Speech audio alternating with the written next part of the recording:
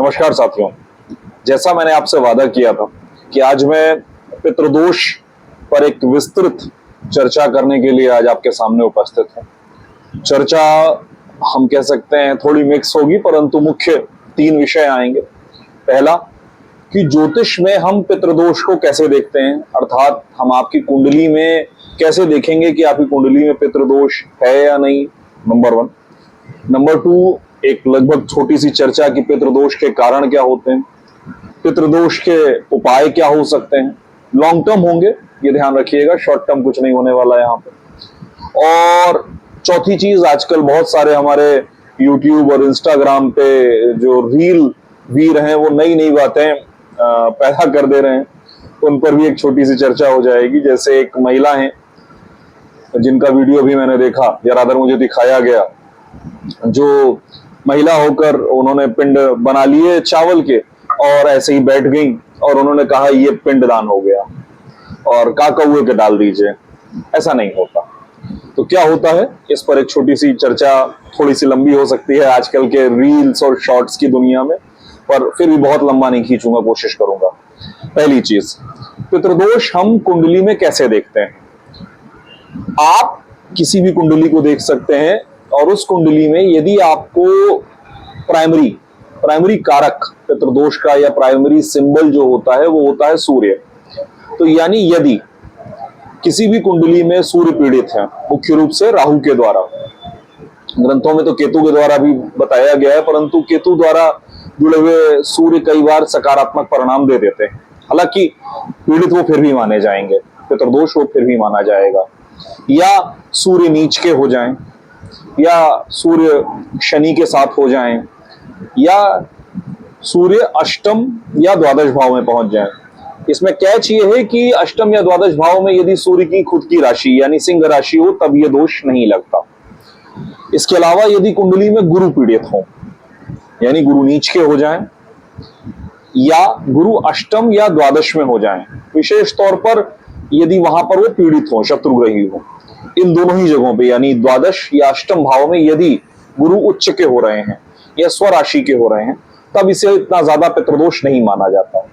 और नवम या पंचम भावों में राहु बैठे हों तब भी पितृदोष माना जाता है। होता क्या है, इस पितृदोष को हम लोग इतनी तवज्जो क्यों देते हैं। एक ज्योतिषी जी हैं, हो सकता है कि वो आए भी, वो अभी लिख रहे थे कि पितृदोष एक बड़ा साधारण सी घटना है और किसी को भी हो जाए कोई बहुत फर्क नहीं पड़ता।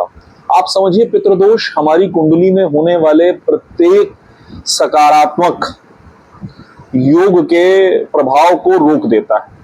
इतना खतरनाक होता है पितृदोष।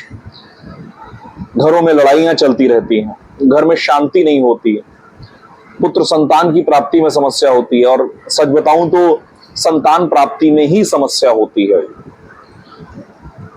घर में सकारात्मकता का अभाव होता जाता है। आप ये समझ लीजिए कि जीवन में अधिकतर शुभ कार्य मुश्किल हो जाते हैं। अब दूसरा विषय, बहुत साधारण सी बात है, पितृदोष हो गया, हमको दिख रहा है, इसका कारण क्या है। इसके 3 प्रमुख कारण हैं। उसमें सबसे महत्वपूर्ण, सबसे पहला कि हम प्रारब्ध से लेकर आते हैं। पितृदोष या हमारी कुंडली का कोई भी दोष हमें हमारे प्रारब्ध से ही मिलता है। प्रारब्ध यानी हमने पूर्व जन्म में जो कर्म किए हैं उनका फल हमें जो मिलता है उसे हम इस जीवन में भुगतते हैं, जिसको हम प्रारब्ध कहते हैं। तो हमने पूर्व जन्म में ऐसे कर्म किए थे, मुख्य रूप से अपने पितरों का सम्मान नहीं करना, अपने पिता दादा बाबा का सम्मान नहीं करना, उनकी इज्जत नहीं करना, उनको कष्ट देना, ऐसे कार्य करने पर पितृदोष होता है। पूर्व जन्म की बात कर रहा हूं। इसके अलावा हम एक और चीज आपको बताऊं, इंटरेस्टिंग सी बात, और ये मतलब जिया हुआ सत्य है। और एक बात और आपसे साझा करूं कि जो लोग कहते हैं पितृदोष बहुत आसान होता है, मैं उनको बता दूं कि मैंने अपने आधी जिंदगी बिता दी है, लगभग 40 साल से ऊपर हो चुका हूं, और पितृदोष को बहुत बुरी तरह से झेला है, बहुत बुरी तरह से झेला है पितृदोष को। और शायद ये भी एक कारण था ज्योतिष में आने का। पितृदोष जो होता है पूरे परिवार, पूरे कुटुंब, पूरे कुल में फैलता है। तो अगर आप देखेंगे तो किसी भी किसी भी कुल को देखेंगे, उस कुल की कुंडली बना लीजिए, यानी बाबा, पोता, ताऊ, ताऊ का बेटा, चाचा, चाचा का बेटा, आप देखेंगे तो अगर एक की कुंडली में पितृदोष दिख रहा है तो संभावना है कि इन सब की कुंडली में पितृदोष दिखेगा। तो पूरे कुल को प्रभावित करता है, पूरे कुल के उत्थान को प्रभावित करता है यह पितृदोष। तो पितृदोष का जैसा मैंने बताया कारण की चर्चा हो रही थी। इस जन्म में हम जिस परिवार में उत्पन्न हुए हैं, जिस परिवार में जन्मे हैं, उस परिवार में पितरों को ठीक से पूजा नहीं गया, पितृकर्म ठीक से नहीं किए गए, या कई परिवारों में तो पितृकर्म किए ही नहीं गए, या अगर पितृकर्म किए गए तो बस यूं ही। आजकल तो कई परिवारों में 3-3 दिन में पितृदोष निपटा दिया जा रहा है। 3 दिन में मेरे परिवार में तो नहीं, परंतु मेरे ससुराल में जब मेरे ससुर जी की मृत्यु हुई तो मुझसे कहा गया कि आप 3 दिन में तेरही कर दीजिए। मैंने कहा तेरही में तेरा शब्द का मतलब ही क्या हुआ? मेरे बड़े घनिष्ठ मित्र हैं, अच्छे परिवार से आते हैं, पिताजी अच्छी संपत्ति छोड़ गए हैं, 3 दिन में उनके यहाँ संस्कार करवा दिए गए। ऐसे कार्य किए जाते हैं, इससे पितृदोष उत्पन्न होने की संभावना होती है। एक और बहुत बड़ी समस्या हो गई है आधुनिक काल में, मतलब आधुनिक यानी जिस समय में हम और आप जी रहे हैं। लोग गया तक पहुंच जाते हैं परंतु वहां पर श्रद्धा ही नहीं होती, वहां पर ठीक से कार्य ही नहीं करते हैं। या तो समर्पण की कमी है, या आप कह सकते हैं कि जो व्यक्ति इन कर्मों को करवा रहा है, यानी जो पुरोहित ये कर्म करवा रहा है, उसके मन में समर्पण की भावना की कमी है। इसको दूर कैसे किया जा सकता है? एक जो मैंने एक विषय उठाया उसको मैं थोड़ा सा पुनः फिर से रखना चाहता हूं। रील्स, यूट्यूब का दौर है, तो हर व्यक्ति को सिर्फ एक बात कह देनी है, भावना प्रधान होती है। नहीं, हर जगह भावना प्रधान नहीं होती। और हमारे ग्रंथ कहते हैं, बड़ा सुंदर सा एक उल्लेख है, देव कार्यादपि सदा पितृ कार्यम विशिष्यते, देवताभ्यो ही पूर्वम पितृणा माप्यमापम वरम। अर्थात पितृ कार्य की वरीयता देव कार्य से पहले है। देव कार्यादपि सदा पितृ कार्यम विशिष्यते, देवताभ्यो ही पूर्वम पितृणा माप्यायनम वरम। यानी हम अपने जीवन में देव कार्य को थोड़ी देर रोक दें परंतु पितृ कार्य को नहीं रोकना चाहिए। क्यों?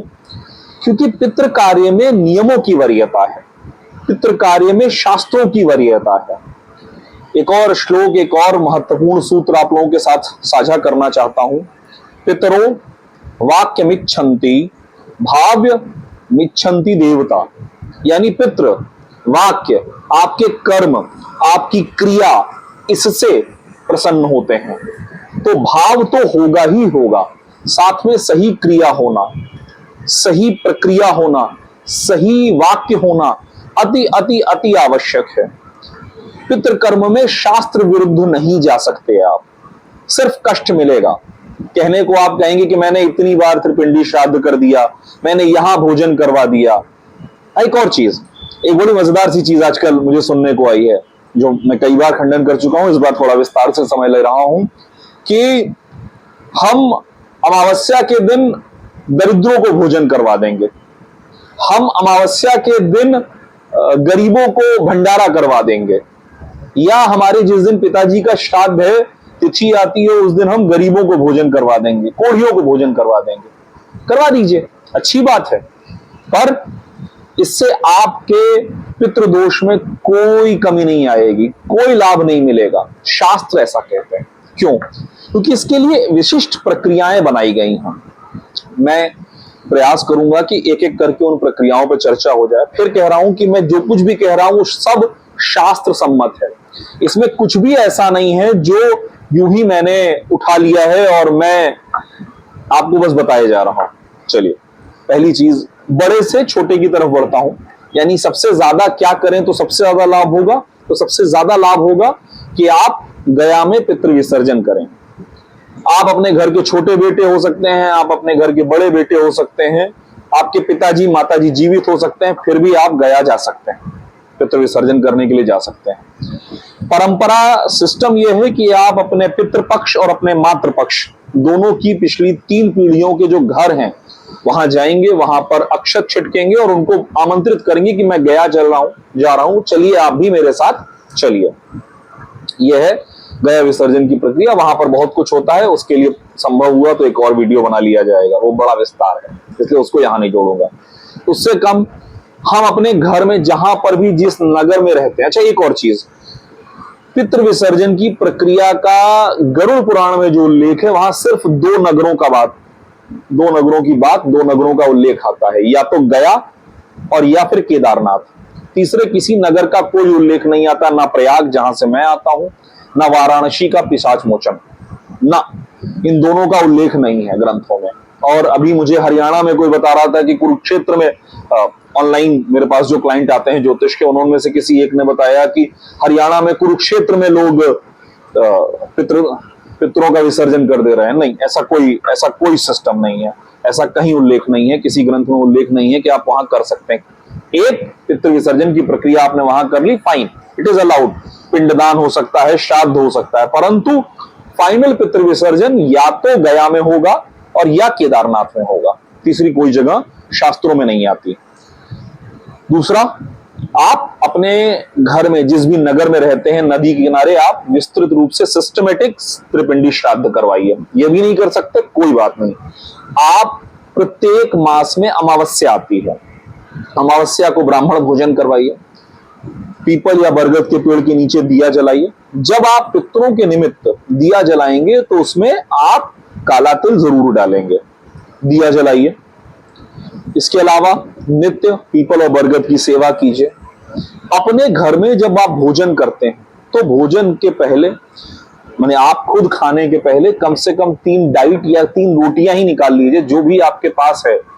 प्याज की सलाद को छोड़कर उसको उसमें डाल दीजिए, दाल चावल सब्जी उसको उसमें रख लीजिए और ऐसी 3 डाइट निकाल दीजिए, उसे गाय कौवे कुत्ते को दे दीजिए।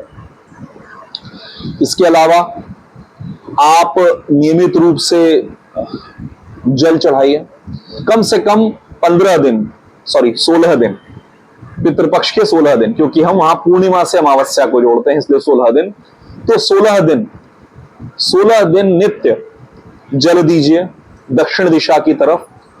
जिस भी बर्तन से आप जल दे रहे हैं उसमें काला तिल जरूर डालेंगे। दक्षिण दिशा की तरफ घूमिए, अपने कुल का नाम लीजिए, अपने गोत्र का नाम लीजिए। अगर आपको गोत्र का नाम नहीं मालूम तो हम सब के सब कश्यप गोत्र से आते हैं, तो कश्यप गोत्र उत्पन्न, अमुक नाम, कश्यप गोत्र उत्पन्न, मैं अपने पितरों और पूर्वजों की प्रतिष्ठा, शांति, तृप्ति, संतुष्टि के लिए जल समर्पित करता हूं, ऐसा कह के इन 16 दिन जल अर्पण कीजिए। इसके अलावा आप अपने पितरों की तृप्ति, शांति व संतुष्टि हेतु श्रीमद् भागवत महापुराण का पाठ करवा सकते हैं, श्रीमद् भगवत गीता का पाठ करवा सकते हैं। और कुछ करें या न करें ये तो नहीं कहूंगा, लेकिन अगर कर सकें तो अगर यज्ञोपवीत धारी ब्राह्मण हैं तो पितृ गायत्री का जप कीजिए, संकल्प के साथ कि ये इस गायत्री का, इस जप का जो पुण्य है वो मेरे पितरों को, मेरे पूर्वजों को प्राप्त हो, वो तृप्त, शांत और संतुष्ट हो। अंत में एक बार फिर से दोहरा रहा हूं, श्राद्ध कर्म घर के अंदर नहीं करते, उसके लिए स्थान बने हुए हैं। पिंडदान घर पे बैठ के ऐसे ही आटे का गोला बना के, चावल का गोला बना के नहीं किया जाता, इसकी प्रक्रिया है, इसके मंत्र हैं, इसके सिस्टम है। मैं आपको पुनः ये बात कह दूं, पितृकर्म में वाक्य की महत्ता है, पितृकर्म में क्रिया की महत्ता है, पितृकर्म में सिस्टम की महत्ता है। आप सभी लोगों पर पितृदेव की कृपा हो, ऐसी मेरी प्रार्थना है। पुनश्च आप सभी को नमस्कार, शुभ रात्रि। ओम पितृदेवताभ्याम नमः।